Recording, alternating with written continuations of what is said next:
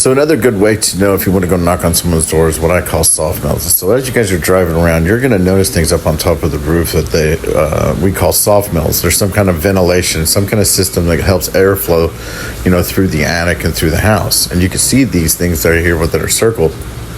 And they're made of basic metal, right? Like tin can, almost like a Coke can. So if hail has hit these things, or if they're a little off-colored, or if they look like they're a little bit broke, or you see the dings as you're kind of walking around in the neighborhood and you notice these things, that's a good chance to go walk up there and see if maybe they need an inspection.